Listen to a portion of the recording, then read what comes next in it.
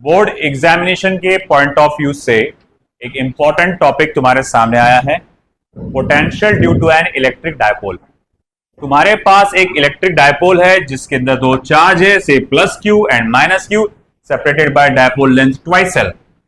और पॉइंट सी पे इन दोनों चार्जेस की वजह से इलेक्ट्रिक पोटेंशियल क्या होगा ये पता लगाना है। पॉइंट सी जो है डायपोल के सेंटर से स्मॉल आर डिस्टेंस पे है और दोनों चार्जेस के डिस्टेंस अगर देखा जाए तो R1 और R2 है। हमने एक स्ट्रेट लाइन खींची सीधी इस तरह से जो पूरा ऐसा स्ट्रेट वाइज जाती हो।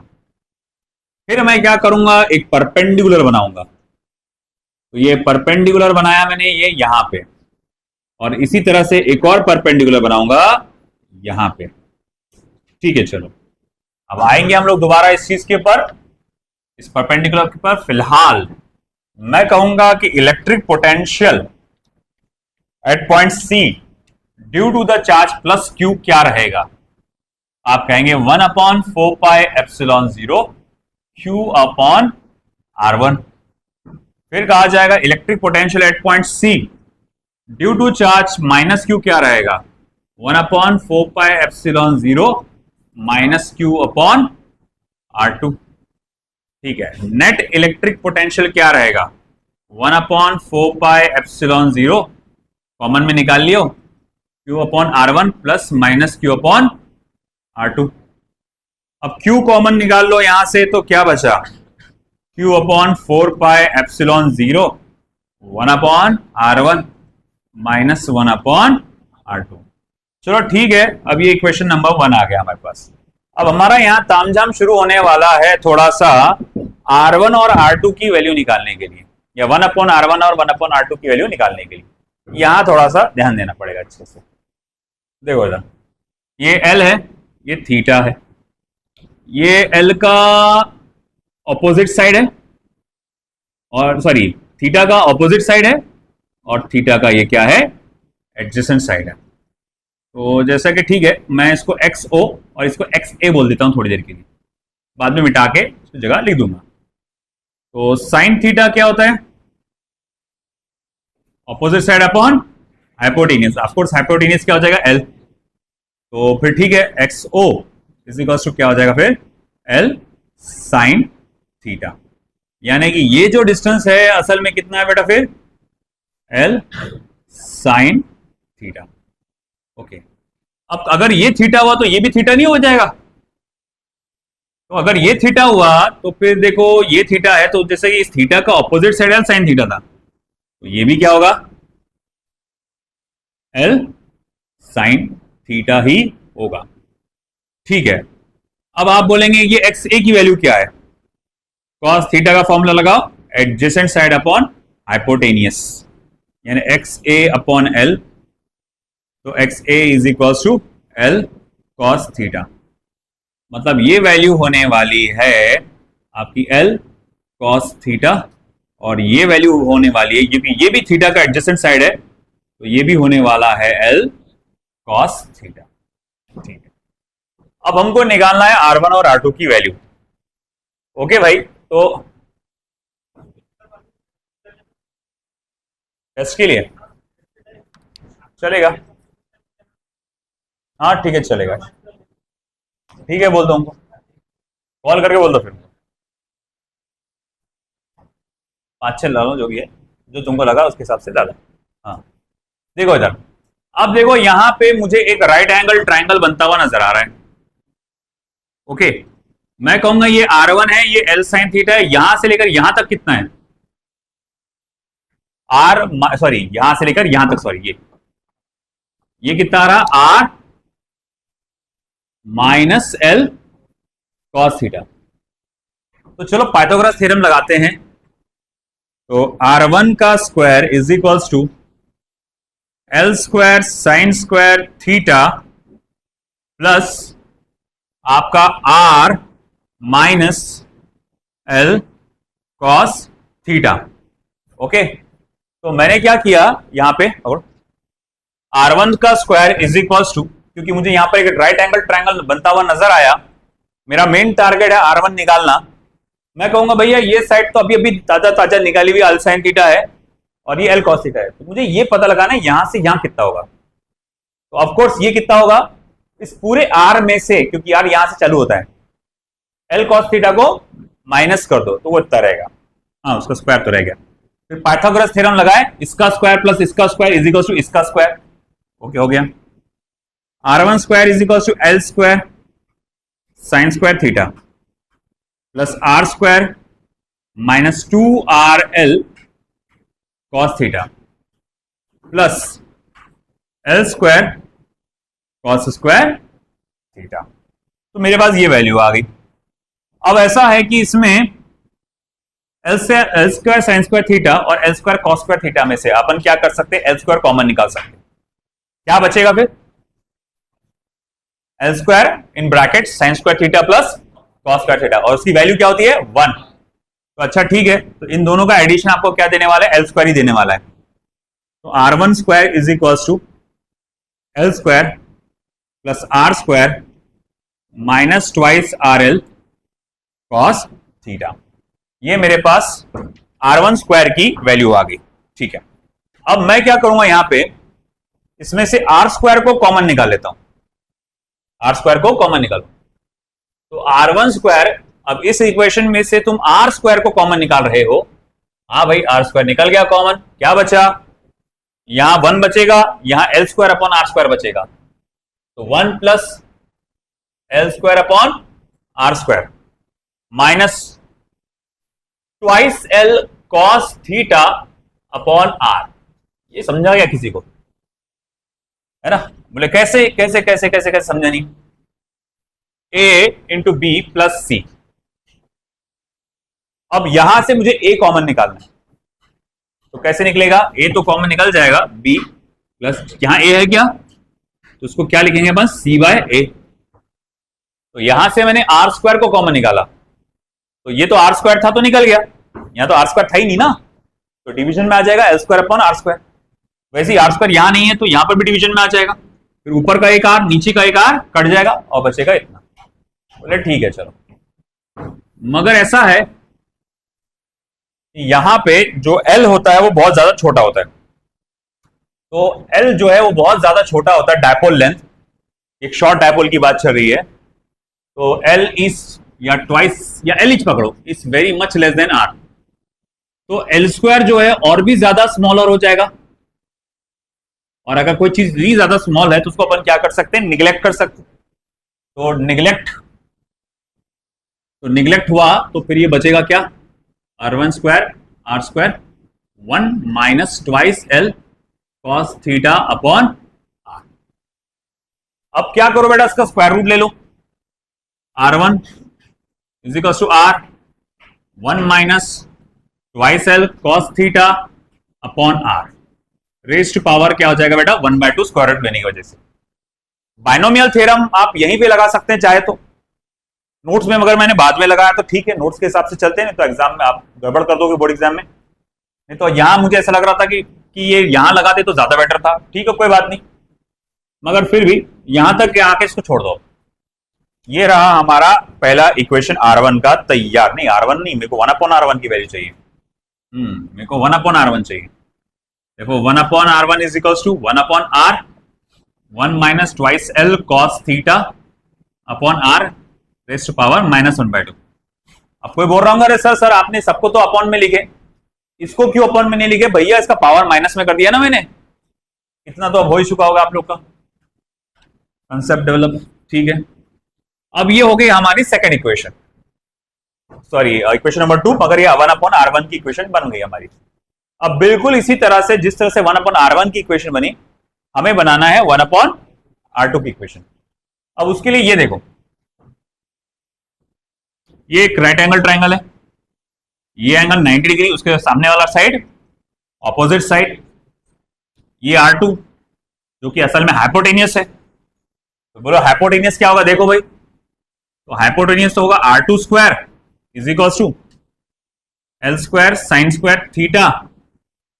देखो ये L square sine square theta plus ये इसका स्क्वायर। मैं बोलूंगा यहां से लेकर यहां तक कितना है R, और यहां से लेकर यहां तक कितना बेटा एल कॉस थीटा, म्हणजे काय R plus L cos theta का स्क्वायर, ठीक है, R plus L cos theta का स्क्वायर। अब आगे क्या करेंगे, जो खेल यहां खेले थे पूरा खेल वापस से दोबारा खेलना है हमको। तो भैया ठीक है, R two square is equal to L square sine square theta plus R square plus L square cos square theta plus twice of R L cos theta, ठीक है। फिर क्या होगा, एल स्क्वायर साइन स्क्वायर, यहां से क्या होगा, L square common निकलेगा, sign square theta plus cos square theta रह जाएगा, वो 1 हो जाएगा। तो क्या हो जाएगा फिर R2 का स्क्वायर, फिर वो हो जाएगा R square plus L square plus twice R L cos theta. फिर क्या होगा, आर के स्क्वायर को कॉमन निकालो, 1 plus L square upon R square plus twice of L cos theta upon R. फिर क्या होगा, निग्लेक्ट करो, यहाँ निग्लेक्ट किए थे ना इसको अपन ने, तो निग्लेक्ट करो, R2 square is equal to R square 1 plus twice L cos theta upon R, ठीक है। फिर स्क्वायर रूट ले लो, R2 is equal to R 1 plus twice L cos theta upon R raise to power plus raise to power 1/2। फिर अब उसको उल्टा कर दो, उल्टा कर दो मतलब रेसिप्रोकल ले लो। तो जैसा रेसिप्रोकल लेंगे तो 1 upon R2 is equal to 1 upon R, फिर उसके बाद 1 plus twice L cos theta upon R raise to power -1/2। ये आ गया इक्वेशन नंबर 3। अब क्या करो आप, ये वैल्यूज जो है इक्वेशन नंबर 1 में डाल दो, 1 अपॉन R1 की और 1 अपॉन R2 की। तो ठीक है, 1 अपॉन R1 और 1 अपॉन R2 की वैल्यू डाल देंगे। देखो V net is equals to 1 upon 4 pi epsilon naught Q upon 4 pi epsilon naught. 1 upon R1 कितना आ रहा था, एक काम करो ना, दिमाग का इस्तेमाल करो, 1 अपॉन R जो है कॉमन है तो उसको भी बाहर निकाल लो। देख यहां पर 1 अपॉन R2 के फॉर्मूले में 1 अपॉन R है, 1 अपॉन R1 के फॉर्मूले में भी 1 अपॉन R है ना, तो उसको तुम बाहर निकाल लो, ये R यहां आ जाएगा। फिर बचेगा क्या, फिर यहां क्या बचा था, 1 minus twice L cos theta upon R raise to power 1/2 minus 1 minus नहीं plus twice L cos theta raise to power upon R raise to power -1/2, -1/2, remember -1/2। एक मिनट,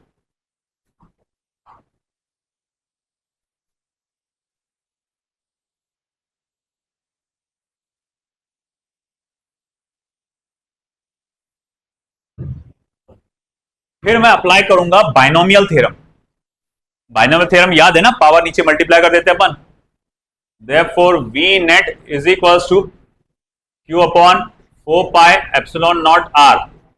1 माइनस -1/2 जब इधर मल्टीप्लाई होगा तो वो बन जाएगा ट्वाइस, 2 कैंसिल हो जाएगा, L cos theta upon R हो जाएगा, ठीक है। फिर माइनस, फिर क्या करेंगे आप, -1/2 को इधर मल्टीप्लाई करेंगे तो 1 minus L cos theta upon R हो जाएगा।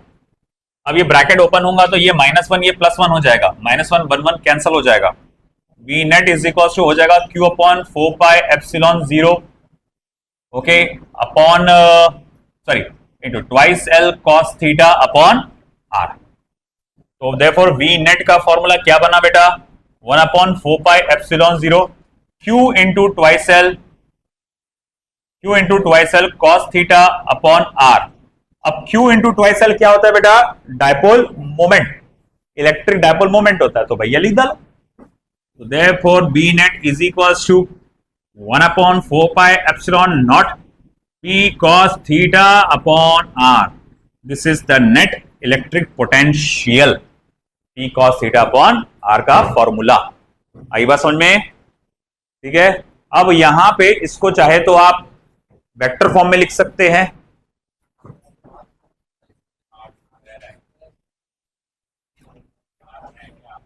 कहां रह गया,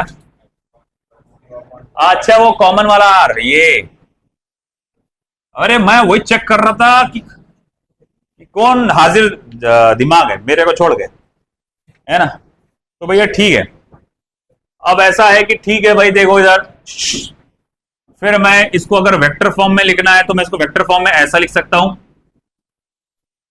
1/4πε0 vector p dot R cap into R का स्क्वायर क्यूब, नहीं आर स्क्वायर, हाँ आर स्क्वायर। देखो इधर भैया, ये तुम्हारे को ना इक्वेशन नीट में, जेई में, जेई तो थोड़ा ज्यादा हो जाएगा, जेई के मतलब ज्यादा हल्का हो जाएगा, नीट में ये तुमको दे सकता है कि इनमें से कौन सा इलेक्ट्रिक पोटेंशियल का जो फॉर्मूला है वो बिल्कुल सही लिखा हुआ है। अब देखो यहाँ पे ये नजर आया कुछ क्या है यहाँ पे। अब देखो मुझे एक बात बताओ, ये कैसा बना होगा। यहां पर मैं मल्टीप्लाई कर सकता हूं उसको आर के यूनिट वेक्टर से, आर के यूनिट वेक्टर से। जैसे मुझे एक बात बता, बेसिकली अपन ये बात जानते हैं, vector A dot vector B is equal to A into B cos theta, है ना। ए क्या है, वेक्टर ए का मैग्नीट्यूड, बी क्या है, वेक्टर बी का मैग्नीट्यूड। अच्छा ठीक है, क्या मैं इसको लिख सकता हूं P into cos theta into 1, P cos theta को लिख सकता हूं P कॉस थीटा इंटू 1। 1 क्या है, तो बोले मैग्नीट्यूड है, किसका मैग्नीट्यूड है, आर कैप के यूनिट वेक्टर या आर के यूनिट वेक्टर का, है ना, आर का यूनिट वेक्टर का क्या है, मैग्नीट्यूड है। यहां छुपा हुआ है एक 1 छुपा हुआ है वो एकदम। तो बोले ठीक है, अगर मैं इसको वेक्टर फॉर्म में लिखना चाहता हूं तो मुझे इसके यूनिट वेक्टर का और डायपोल का क्या करना पड़ेगा, डॉट प्रोडक्ट, है कि नहीं। जैसा ए बी कॉस थीटा को मुझे अगर वेक्टर फॉर्म में लिखना है तो ए और बी के वेक्टर फॉर्म का डॉट प्रोडक्ट।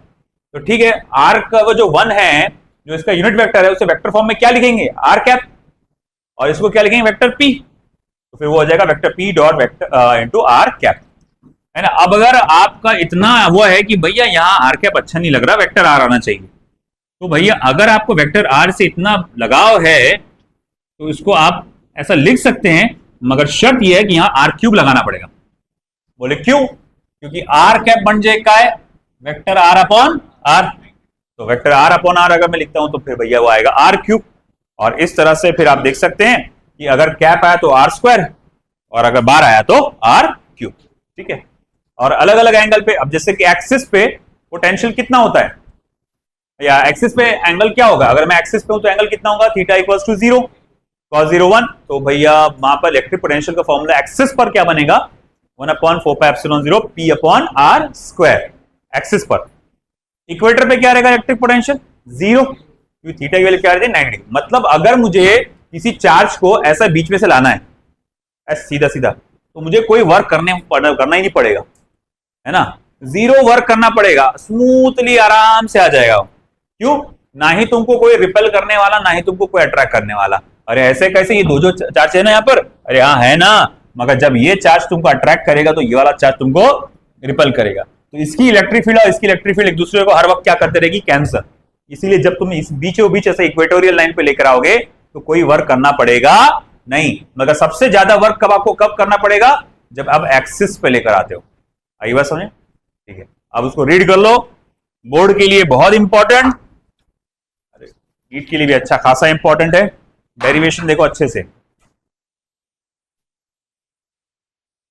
तो एक छोटा सा क्वेश्चन आया है इस पे based, an electric dipole has dipole moment 1 × 10⁻⁹ coulomb metre. तो डायपोल मोमेंट आपको पूछा दिया गया है 10⁻⁹ कूलम मीटर। आपको इलेक्ट्रिक पोटेंशियल निकालना है at a distance of 0.3 metres. पहला एक एक्सियल लाइन है, तो ऑन एक्सिस 1/4πε0, तो P upon R cube. Cos theta है ना वो, P cos theta upon sorry R square, P cos theta upon R square है ना वो, और एक्सिस पे थीटा की वैल्यू क्या रहेगी 0, तो कॉस 0 क्या हो जाएगा 1, तो P upon R cube R square बोल सकते हैं। तो 9 × 10⁻⁹, 10 का पावर -9, और 0.3 को मैं 9 × 10⁻⁻2 बोल सकता हूं, है ना। अरे भैया 0.3 का 0.09 हो जाएगा, 9 इंटू 10⁻⁹ 9 कटा गया 100 वोल्ट। एक्सिस पे 100 वोल्ट। सेकेंड इक्वेटर, तो 1/4πε0 P cos 90 upon R square. cos 90 कितना होता है? 0। 1 होता है क्या? 0। इक्वेटर पे 0। फिर एक पर्टिकुलर एंगल दिया हुआ है 60 degree, at angle of 60 degree 1/4πε0 P cos 60 upon R square. एक काम करो ना, कितना रहा? 50। ये है ना पूरा, बस cos 60 मल्टीपल में, तो यानी कि 100 मल्टीप्लाई बाय 1/2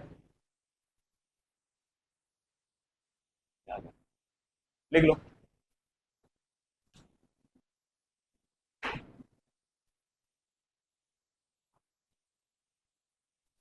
तो हमारा अगला topic potential due to system of charges. अब इसमें बेटा देखो दो पार्ट्स हैं।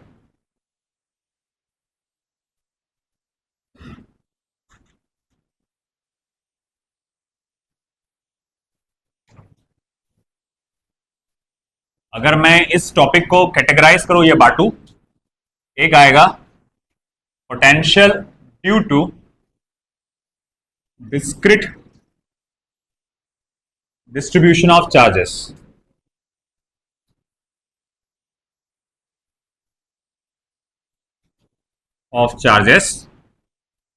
और दूसरा आएगा potential due to uniform distribution of charges. Potential due to uniform distribution of charges. अब डिस्क्रीट डिस्ट्रीब्यूशन ऑफ चार्जेस में क्या होता है बेटा? स्पेस में अलग अलग पॉइंट पे चार्जेस बैठे हुए रहते हैं, एक चार्ज इधर, एक चार्ज इधर, एक चार्ज उधर, एक चार्ज उधर, और कहीं एक पर्टिकुलर पॉइंट पे क्या बोलता है, इन सभी चार्जेस की वजह से पोटेंशियल क्या होगा पता लगाओ। यूनिफॉर्म डिस्ट्रीब्यूशन ऑफ चार्जेस में क्या होंगे? एक बॉडी होगी तो पूरी तरह से चार्ज है, और कहा जाएगा इस यूनिफॉर्मली चार्ज बॉडी के वजह से पता लगाओ कि पर्टिकुलर पॉइंट पे पोटेंशियल क्या होगा। तो कैलकुलेट करने के तरीके अलग अलग है, फॉर्मूले अलग अलग आएंगे। तो चलिए देखते हैं सबसे पहले potential due to discrete distribution of charges. मान लीजिए मेरे पास कुछ सिस्टम ऑफ चार्जेस है। एक चार्ज है Q1, दूसरा चार्ज है Q2, तीसरा चार्ज है Q3, Qn, पॉइंट P।